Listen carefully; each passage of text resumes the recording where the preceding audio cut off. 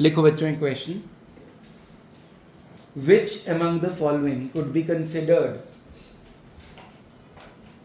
Which among the following could be considered immovable property?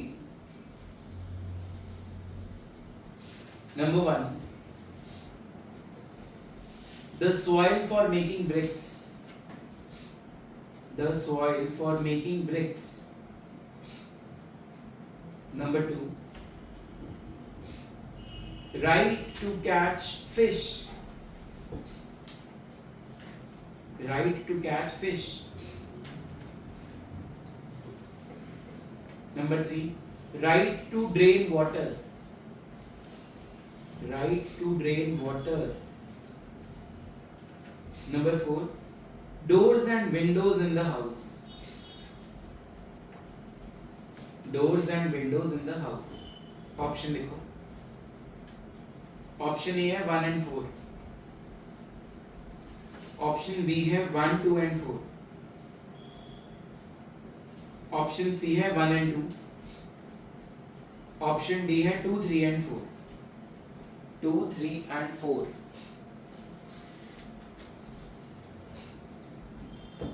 Definition आपके सामने immovable property की. इसको ध्यान में रख के बताओ मुझे इनमें से कौन सी प्रॉपर्टीज इमूवेबल लग रही हैं आपको. Avneet Kaur, according to you what is the answer? C option. हाँ जी Pari. D. Nakul A. Kavya, Tanmay, Vijendra, Bhumika. D. Harman. D. The correct answer is B. B for wall. इसके अंदर हमारे पास ऑप्शन आ रहे हैं 1, 2 and 4. The soil for making bricks. Soil को आप लैंड से कभी अलग नहीं कर सकते क्योंकि वो उसका ही पार्ट है. अब तुम्हें लगा होगा ये तो है नहीं इमूवेबल प्रॉपर्टी क्योंकि हम अलग कर लेते हैं. बट उसका नेचर देखो ना. समझ आ रही है मेरी बात? डेप्थ देखो उसकी. सेकंड क्या था? Right to catch fish. अब ये भी एक इमूवेबल प्रॉपर्टी का ही पार्ट है. कैसे? फिश मान लो तुम रिवर में पकड़ रहे हो या किसी ओशन से पकड़ रहे हो या किसी सी से पकड़ रहे हो तो आप उससे फर्दर प्रोडक्शन कर रहे हो ना, लेकिन आप सी तो नहीं निकाल रहे ना पूरा बीच में से. समझ में आ रहा है? और कौन सा आंसर है? 4. Doors and Windows of the house.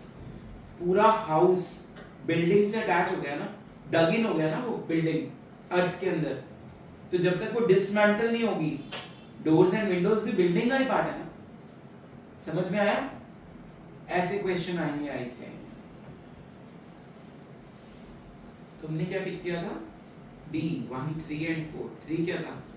Right to drain water. No it is not. Immovable property नहीं है वो. चलिए anyways.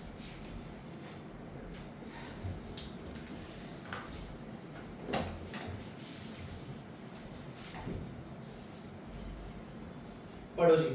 First question very loudly. Trees. पढ़ो इसका आंसर. Not this. आप पढ़ो. Yes, because it is a benefit arising out of land and attached to earth. ठीक है. जब तक उसको काटोगे नहीं वो कौन सी प्रॉपर्टी रहेगा? इमूवेबल.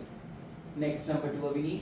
Timber. टिम्बर तो हम पैदा ही इसलिए करते हैं ताकि हम उसको काट के पूरी बॉडी को उसकी बेच सकें. Lumbar. Just like accounting standard 10 में जो हमने पढ़ा. Number 3 Building.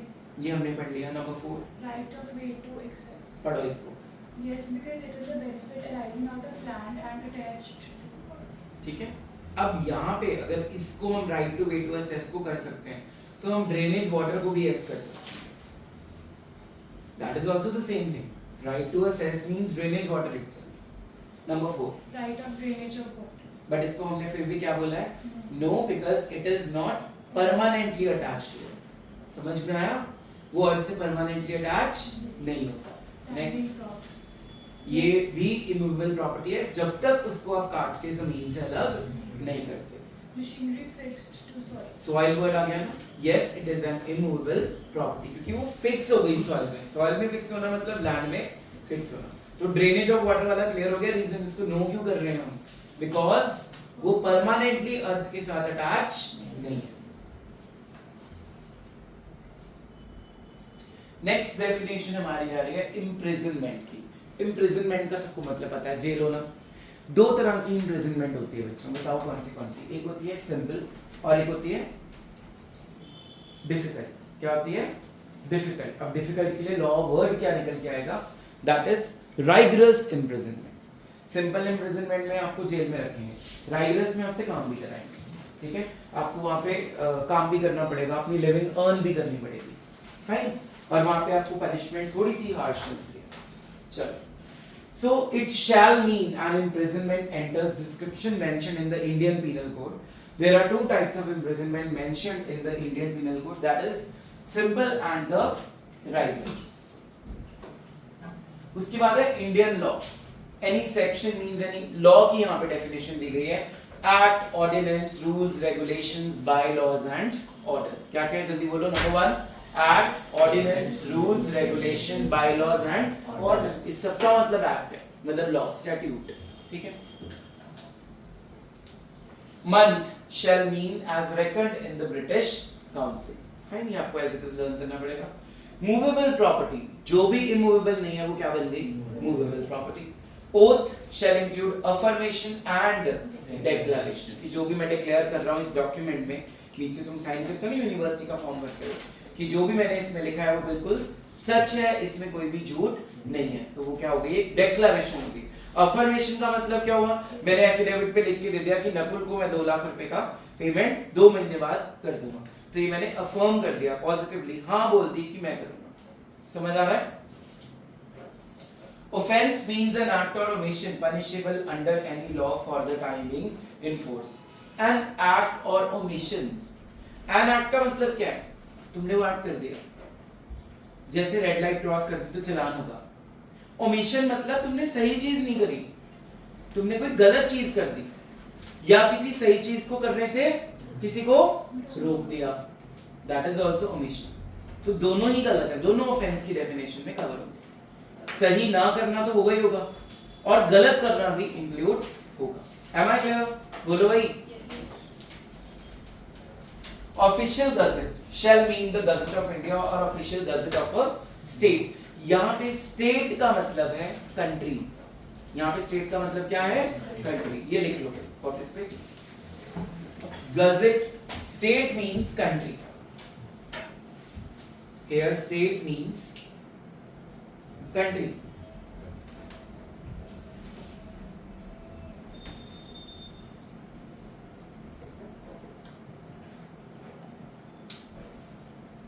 ओथ की डेफिनेशन भी कॉपीज में लिखेंगे, राइट डाउन। बोलो, oath shall include affirmation and declaration. Oath shall include affirmation and declaration in the case of persons by law allowed to affirm, in the case of persons by law allowed to affirm or declare instead of swearing, or declare instead of swearing,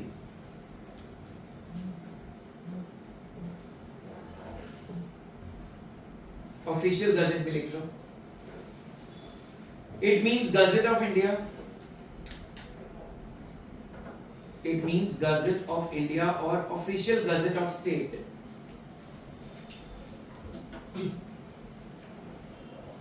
Or official Gazette of state, or a public journal, or a public journal, and and authorized legal document, authorized legal document of Government of India, of Government of India, printed by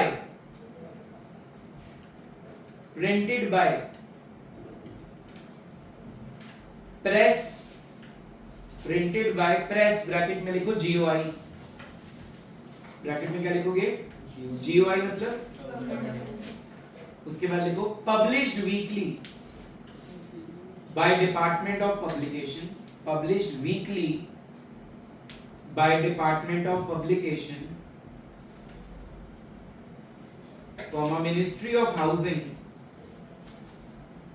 Ministry of Housing and Urban Affairs.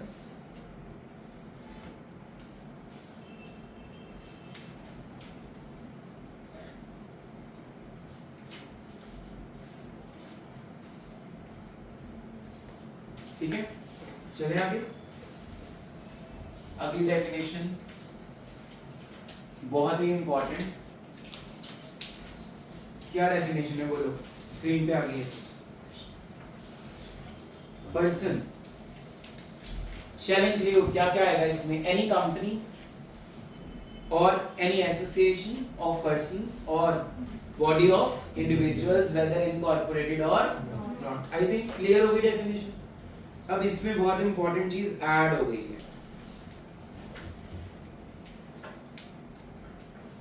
लिखो जी, special point of persons definition. Special point of persons definition is, कोई बता सकता है?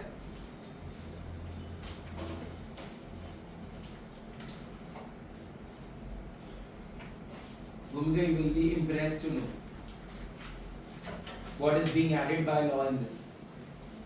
Number 1, idols. Number 2, statues. Number 3, deities. D-I-E-T-I-E-S. Deities. क्या होता है? भगवान जी की मूर्ति को डीटी बोलते हैं, deities.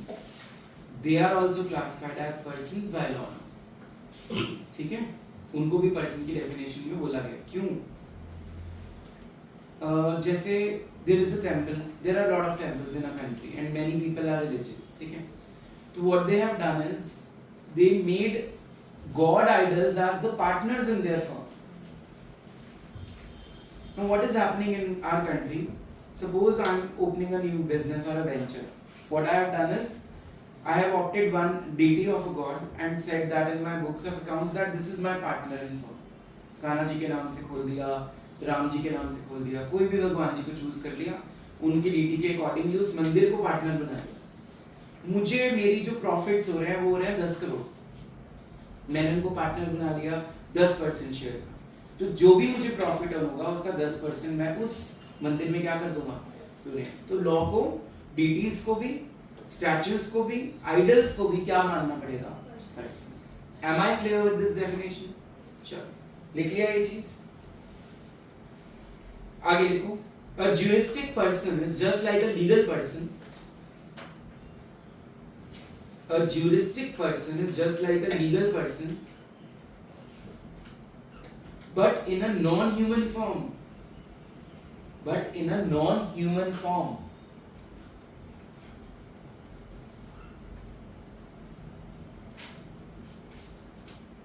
But in a non-human form. Jan 2025 का क्वेश्चन सुनो। Define the term person as a General Clause Act 1897. Discuss which of the following will be treated as a person. Number 1, an idol. Number 2, a public body. Number 3, a company. Then make answer me. Idol तो बता ही दिया, it is a juristic person, but it is in the non-human form. Idols को, statues को और deities को हम person की definition में ले आए, ठीक है। Number 2 क्या था? Public body. बताओ ये पर्सन है, पब्लिक बॉडी, डेफिनेशन आपके सामने है। It is a legal entity, just like a company, it is also a separate legal, therefore it is a person. समझ में आ गया? और कंपनी तो है ही सेपरेट लीगल एंटिटी, उसको तो हम बचपन से पढ़ रहे हैं कि वो एक आर्टिफिशियल रिप्रेजेंटेटिव पर्सन है। समझ में आ गया? चलो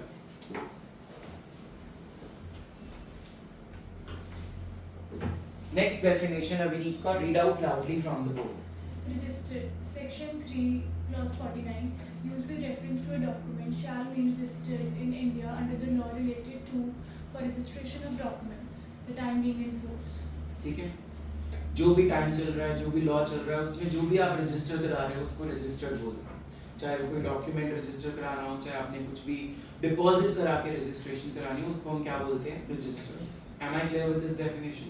next Rule. Section 3, Clause 51 shall mean a rule made in exercise of power conferred in the act or regulation. अब मुझे बताओ, अगर रूल ओवर पावर कर रहा है किसी भी प्रोविजन को, तो विनर कौन है?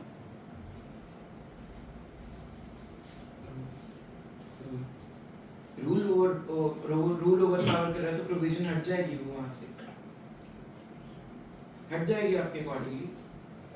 नहीं हटेगी। फिर हम एक्ट को देखेंगे, एक्ट क्या बोल रहा है, और अगर एक्ट में भी हमें क्लियर नहीं हो रहा तो हम प्रिएम्बल को देखेंगे।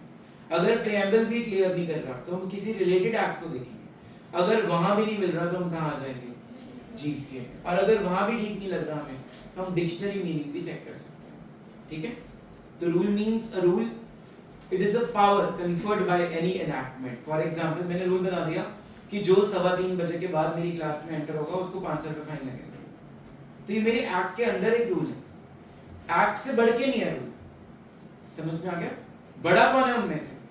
एक्ट। रूल को डिफाइन करते हैं कॉपीज में, देखो।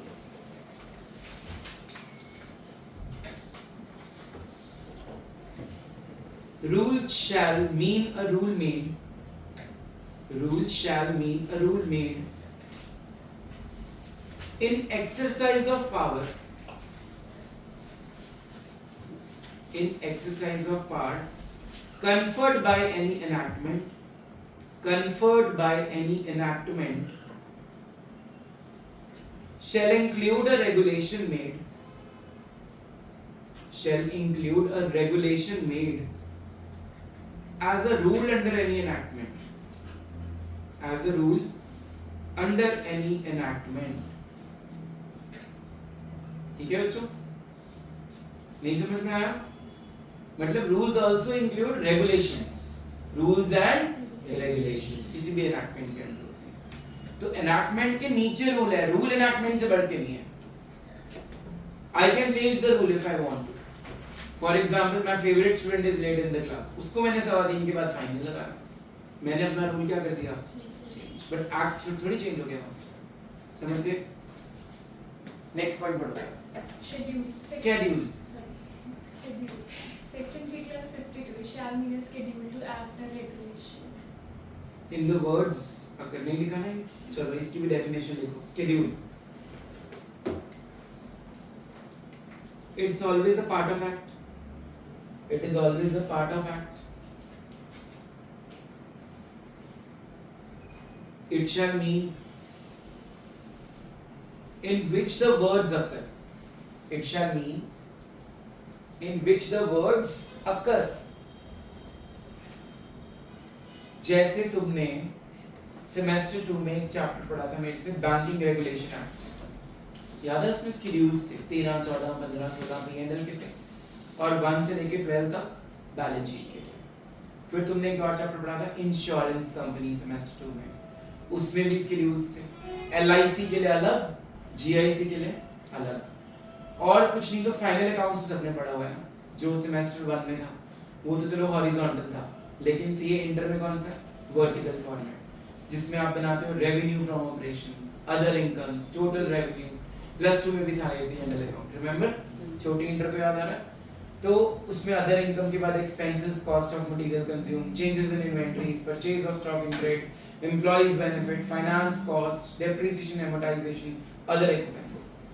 जब मैं अदर एक्सपेंस को लिखता था जो इन हेड्स में कहीं नहीं आए वो अदर में जाएंगे, तो उसका ना आप नीचे एक नोट बनाते थे बड़ा सा, उसमें सारे बैड डेट भी आ गई, उसमें कोई आपने और डिस्काउंट अलाउ किया किसी कस्टमर को वो भी आ गया, अगर इंटरेस्ट पे कर रहा है अदर देन फाइनेंस कॉस्ट वो भी आ गया, कमीशन पे किया वो भी आ गया, सारे खर्चे जो ऊपर वाले किसी हेड में नहीं आ रहे वो उसमें आ गए।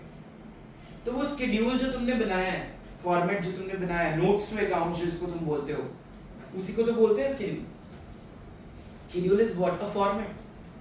बैलेंस शीट का शेड्यूल नंबर बैलेंस शीट पे लिखा होता है ना, P&L account schedule number, companies act 2013, वो नोट्स टू अकाउंट्स हैं। तो ब्रैकेट में बस एक वर्ड लिख लो, notes to accounts for calculations. notes to accounts for calculations.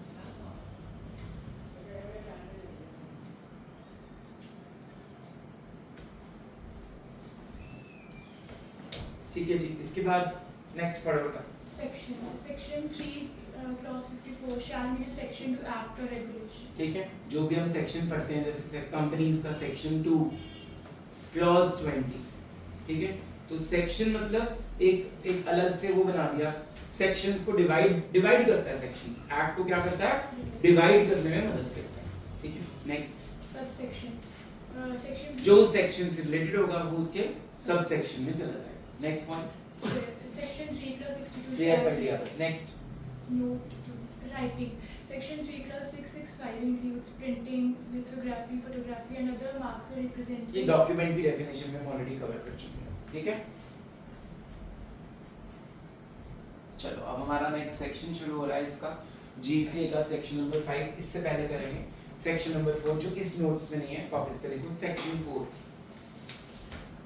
Section 4 and 4A, section 4 and 4A लिखो।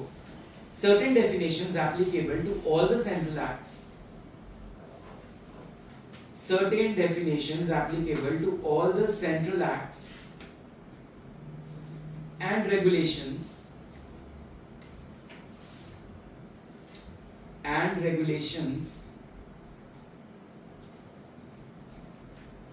made prior to 1897, made prior to 1897, that is 1868 and dash 1887, very good, एक बच्चे को याद है सिर्फ 1868 and 1887। अब हेडिंग डालो न्यू लाइन में, आफ्टर 1868 and 87, आफ्टर 1868 and 87 बोलो, affidavit, imprisonment, month, oath, person, section and year। मतलब ये डेफिनेशंस कब आई हैं?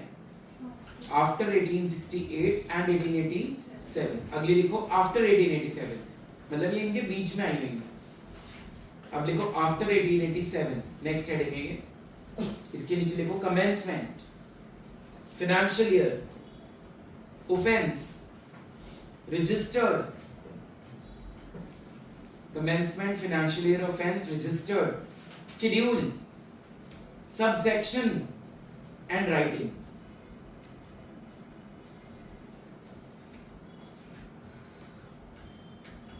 अभी सेक्शन 4 बड़ा बेकार सा है, ये बोलता है कि जो जनरल क्लॉज एक्ट है ना, चाहे वो किसी पुराने एक्ट की डेफिनेशन हो, चाहे वो दो एक्ट्स के बीच का टाइम पीरियड हो, चाहे वो लेटेस्ट एक्ट की डेफिनेशन हो, सब पे क्या कर देंगे हम इसको apply. GCA is applicable on every definition whether before act, जो भी GCA का पहले वाला एक्ट लगा हुआ, जो मैंने 2 इयर्स लिखवाए थे, और फाइनल वाला कब आया था? कब आया था? कब आया था GCA? 1897। तो कहने का मतलब ये है कि 1897 से पहले वाला GCA और 1897 सेंट्रल एक्ट्स जहां जहां हैं वो सब पे क्या हो जाएंगे? एप्लीकेबल्स। यहां तक क्लियर है? पर अगर कोई पुराने लॉ की डेफिनेशन में रिपग्नेंसी है, रिपग्नेंसी का मतलब एब्सर्डिटी, नॉनसेंस मीनिंग, तो फिर हम जो लेटेस्ट एक्ट ने डेफिनेशन दी होगी हम फिर उसको क्या कर लेंगे? फॉलो। समझ में आया? क्योंकि हो सकता है सिक्योरिटीज की डेफिनेशन पहले भी आई थी, अब चेंज होके आ गई, तो हम अब वाला मीनिंग भी देख सकते हैं उसका, अगर हमारे पुराने मीनिंग से कोई रेपेग्नेंसी निकल के आ रही। मेरी बात समझ आ रही है? श्योर? लिखो इसके बारे में, apply unless there is anything repugnant, apply unless there is anything repugnant in the subject और context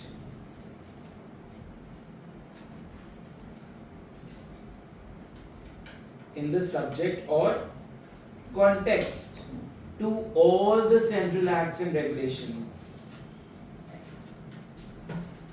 to all the central acts and regulations.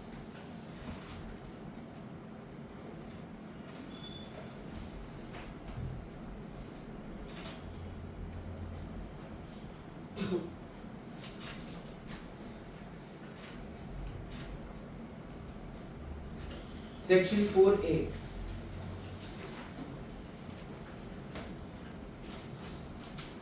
Application of certain definitions only to Indian laws. Section 4A. Application of certain definitions only to Indian laws. काव्य दीदी इसका क्या मतलब है बेटा? जो हम अप्लाई कर रहे हैं मतलब certain definitions को वो सिर्फ इंडियन लॉज के ऊपर कॉन्टेक्स्ट में हम उसको यूज कर सकते हैं. ठीक है, वेरी गुड. लिखो number 1 central act, comma central government,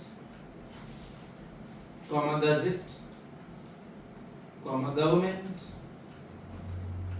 comma government securities, comma Indian law and official gazette. मतलब इन डेफिनेशंस को हम किस वे में पढ़ेंगे? जो डेफिनेशंस इंडियन लॉज पे एप्लीकेबल हो. मतलब हम इसमें फॉरेन लॉज को कंसीडर नहीं करें. कोई डाउट है यहां तक तो पूछ लो जल्दी से. ठीक है, चलो section number 5, operation of enactment. मतलब एक एक्ट को कब से लाया जाएगा कंट्री में, कब से वो एप्लीकेबल होगा. पढ़ते हैं इसको.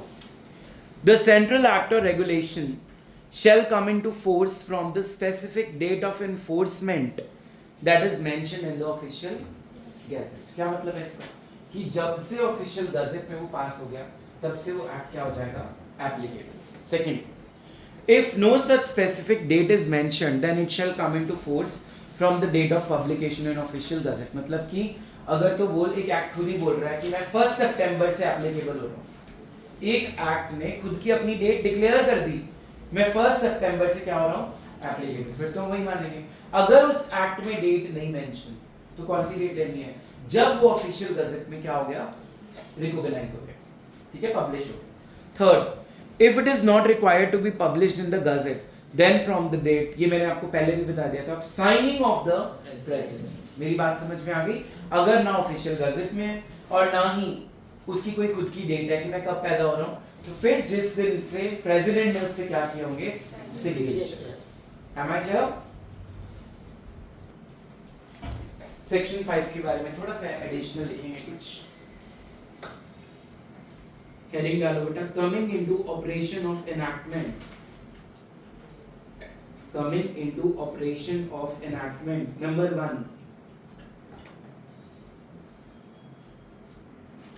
where any central act has not mentioned,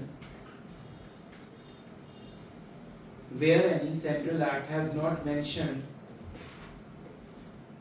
on a particular date to come into force,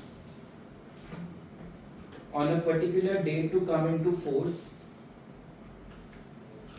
it shall be implemented on the day, it shall be implemented on the day on which it receives the assent, on which it receives the assent of, assent मतलब permission of. Number 1, Governor General in case of acts made before the commencement of Indian Constitution. याद आ गया? Governor General in case of central acts made before the Indian Constitution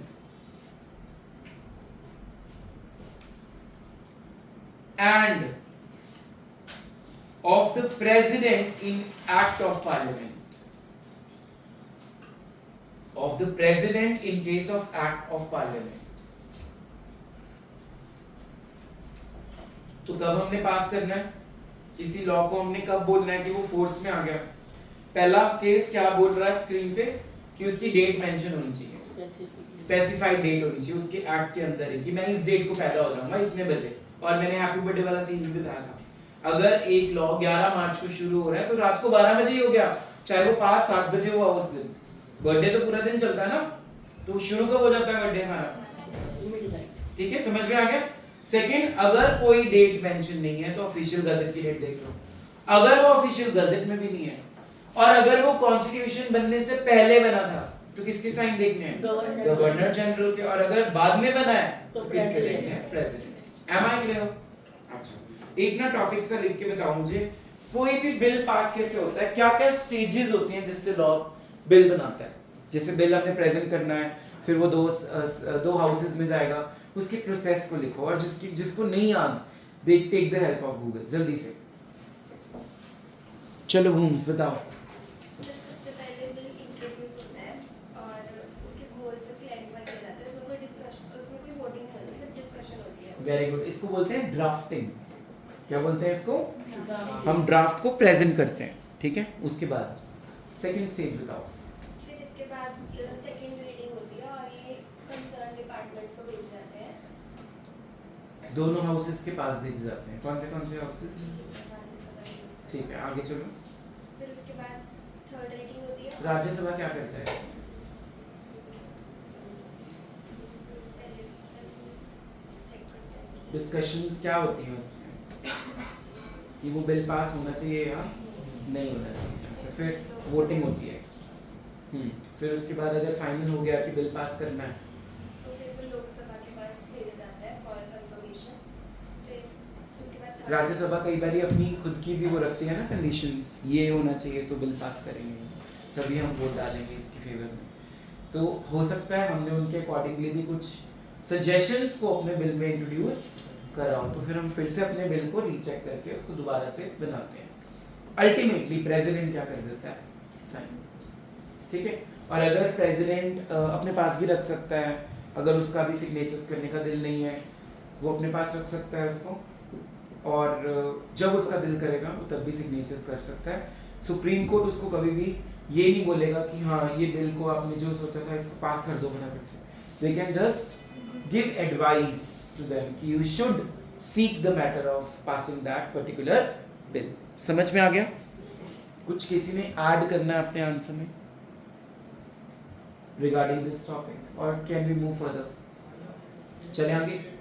तो bill pass होने की ये जो 4 stages थी, पहले आपने इंट्रोडक्शन दी, फिर दोनों हाउसेस के पास गया, फिर उसके बाद प्रेसिडेंट के अल्टीमेटली क्या हो जाएंगे उस पे? सिग्नेचर्स। तो ऐसे हमारा लॉ जो है वो बन के हमारे पास तक पहुंचता है। अच्छा, ये तो हो गया एक्ट के बारे में। रूल्स के बारे में बताओ। What about rules and regulations? Particular rule एक एक्ट में लिख दिया मैंने, ये वाला रूल एप्लीकेबल हो जाएगा जी 15 नवंबर से। तो वो रूल कब से एप्लीकेबल होगा? 15 नवंबर से। ठीक है। और अगर अब जैसे हमारा ट्रैफिक रूल्स का बना हुआ है ना ऑलरेडी, तो अगर मान लो हमने जो हेलमेट्स हैं वो रिमूव कर दिए, हमने कह दिया it is not an offence now, आप बिना हेलमेट्स के भी चला सकते हो, क्योंकि अब सारे जो एक्टिवाज हैं और बाइक्स हैं वो सपोज इलेक्ट्रिक हो गई इंडिया में, अब दूसरी पेट्रोल वाली है ही नहीं, सपोज करते हैं, तो इलेक्ट्रिक व्हीकल्स के ऊपर हेलमेट इज नॉट कंपल्सरी, पता होगा इतना तुम्हें। तो मान लो अब सारे इलेक्ट्रिकल हो गए हैं और हेलमेट हटा दिया इंडियन गवर्नमेंट ने, और उसने लिख दिया कि इस डेट के बाद से ये रूल एप्लीकेबल होगा।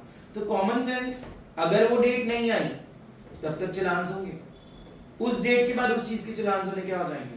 बंद। तो ये तो हो गया रूल, अगर डेट के साथ आ रहा है उस डेट से हम उस रूल को एप्लीकेबल करेंगे। अगर रूल बिना डेट के आ गया फिर क्या करेंगे? नो,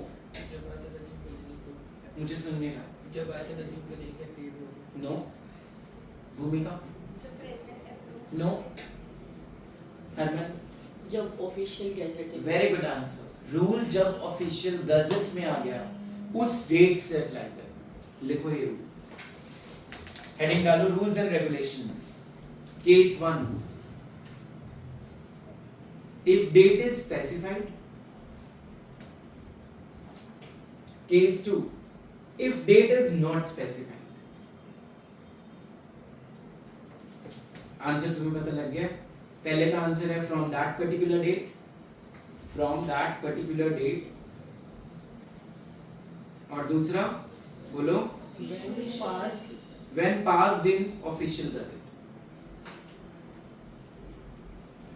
Passed की जगह लिखो recorded. When recorded in official gazette.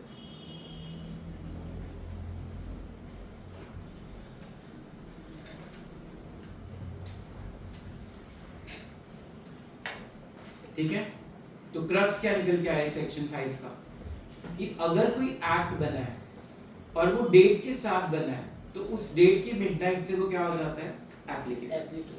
अगर बिना डेट के देखना है तो ऑफिशियल गजेट. अगर ऑफिशियल गजेट में उसको पास ही नहीं किया अभी तक तो जब साइन हुए होंगे गवर्नर जनरल के, अगर हम कॉन्स्टिट्यूशन से पहले की बात कर रहे हैं और अगर कॉन्स्टिट्यूशन के बाद की बात कर रहे हैं तो प्रेसिडेंट ऑफ इंडिया. समझ गए? यस और no?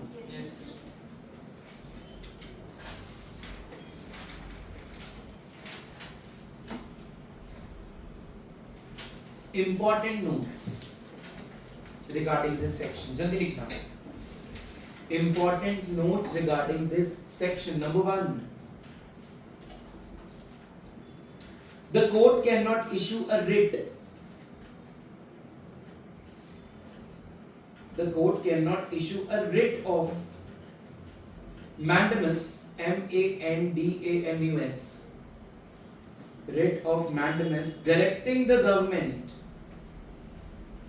to bring an act into force on a particular day. Writ of mandamus directing the government to bring an act into force on a particular day. इसका क्या मतलब है दिन में? अभी बताया था मैंने. इसका अंदर कोर्ट फोर्स नहीं कर सकता कि इस दिन पर ये आ जाना चाहिए. लेकिन कोर्ट उनको रिक्वेस्ट कर सकता है कि जो आपने लॉ पास किया था उसको ले आओ, उसकी जरूरत पड़ रही है. ठीक है, उस पे वो पावरफुल एक्शन नहीं ले सकता कोर्ट. समझ गए? Number 2. However, if sufficient time has passed since the act was enacted, sufficient time has passed since the act was enacted and is still not brought into force,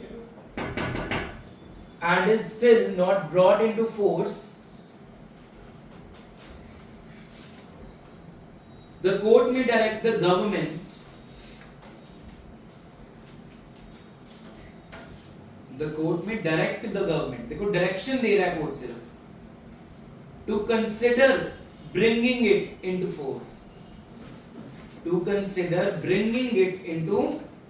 force.